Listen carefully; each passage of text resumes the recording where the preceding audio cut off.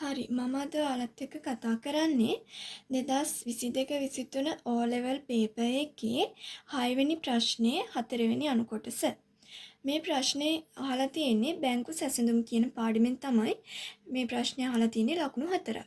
ඉතින් අපි බලමු කොහොමද මේ ප්‍රශ්නේ කරන්න කියලා. මේක හරිම ලේසි ප්‍රශ්නයක්. ඔයාලට ලකුණු 4 ලේසියෙන්ම ගන්න පුළුවන් ප්‍රශ්නයක්. ඉතින් අපි බලමු කොහොමද මේ ගාන හදන්නේ කියලා.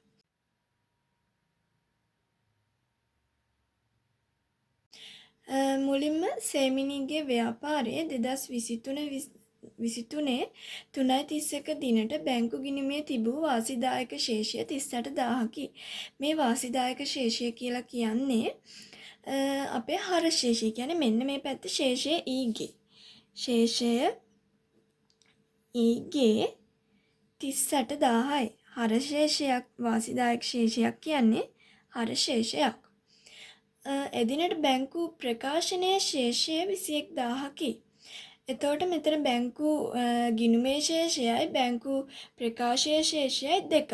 බැංකු ගිණුමේ ශේෂය 38000යි බැංකු ප්‍රකාශයේ ශේෂය 21000. එතකොට මේ දෙක වෙනස්. මෙන්න මේ වෙනස මොකක්ද කියලා හොයන්න තමයි අපි බැංකු සැසඳුම් ප්‍රකාශයක් පිළියෙල කරන්නේ. ඉතින් අපි බලමු කොහොමද මේක ඉස්සරහට කරගෙන යන්නේ කියලා. මේ වෙනසට බලපෑ හේතු පළවෙනි එක මාර්තු මාසය තුල බැංකුවේ තැන්පත් කළ 14000ක චෙක්පත උපලબ્ධ වී නොතිබීම. ඒ කියන්නේ තැන්පත් කළා තියෙනවා 14000ක්. හැබැයි චෙක්පත නිෂ්කාශනය වෙලා නැහැ. නැත්තම් උපලબ્ධ වෙලා නැහැ. තැන්පත් කළ නමුත් උපලબ્ධ නොවු. තැන්පත් කළ නමුත් නිෂ්කාශනය නොවු චෙක්පත් 14000යි. ඒක අඩු කරනවා. ස්ථාවර නියෝග මත බැංකුව විසින් ගෙවූ ණය වාරිකය 45000යි. ස්ථාවර නියෝග නැත්නම් ණය වාරිකය අපි බැර කරනවා ස්ථාවර නියෝග 45000යි. මාර්තු මාසයේදී ණය හිමියෙකුට නිකුත් කළ 15000ක චෙක්පත බැංකුවට ඉදිරිපත් කර නොතිබීම.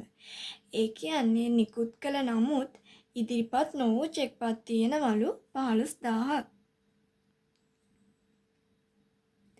නායකයෙකු විසින් ඍජුවම ව්‍යාපාරයේ බැංකු ගිණුමේ 27000ක් තැන්පත් කර ඇත.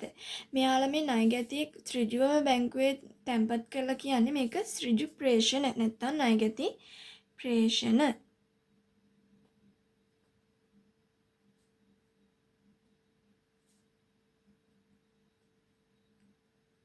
හරි. දැන් අපේ ගානේ ගැළපිලි ටික හරි. දැන් අපිට තියෙන්නේ මේ ගාන බැලන්ස් කරගන්න.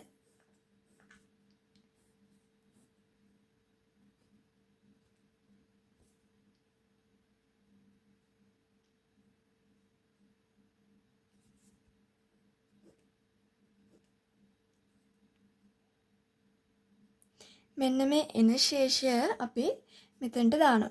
බැංකු ගිණුමේ සංශෝධිත ශේෂය කියලා මේ බැංකු ගිණුමෙන් අපි අවසානයේ සංශෝධනය කරලා ගන්න මේ ශේෂය මෙතනට දානවා.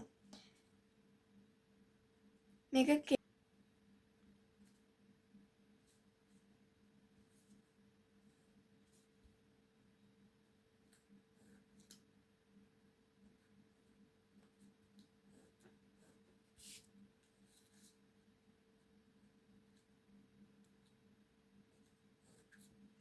විසිඑක්දාහයි. එතකොට ඔන්න අපි ගාන හදලා ඉවරයි. ඉතින් මේ විදිහට තමයි ගාන හදන්නේ. හරිම ලේසි. විනාඩි 5කටත් වඩා අඩු කාලයකදී ඔයාලට මේ ගාන හදලා ඉවර කරගන්න පුළුවන්.